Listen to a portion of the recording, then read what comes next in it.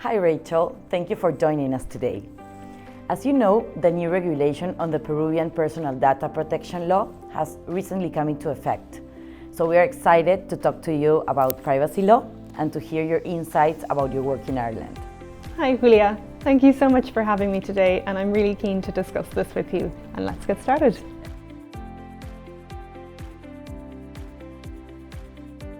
So let's start with the portability right. This right will come into effect on September 30.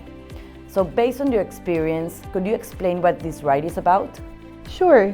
Really, the right to data portability is about making it easier for data subjects to reuse their data or to share it with another controller if they wish. So under the GDPR, what is required is to provide the data in a commonly used, structured and machine-readable format. What this really means is that the data needs to be provided in a way that's easily processed by a computer.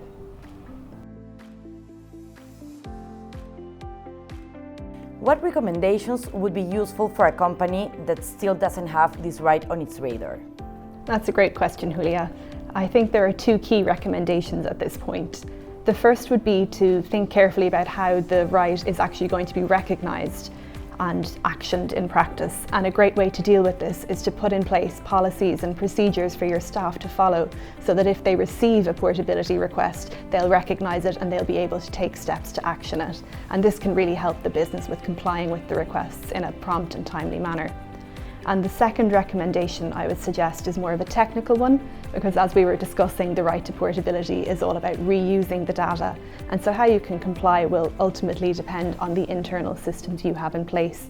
So it's really worthwhile considering the type of data you're processing and thinking about how you're going to locate it on your system, extract it, and the format that you'll ultimately produce it to the data subject. And having these kinds of thoughts and internal discussions ahead of time can really help businesses to comply with the rights smoothly when it comes.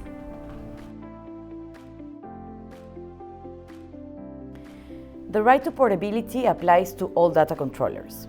However, in Peru, it is often associated to some sectors such as banking, telecom, maybe health or education. So how does it work under the GDPR?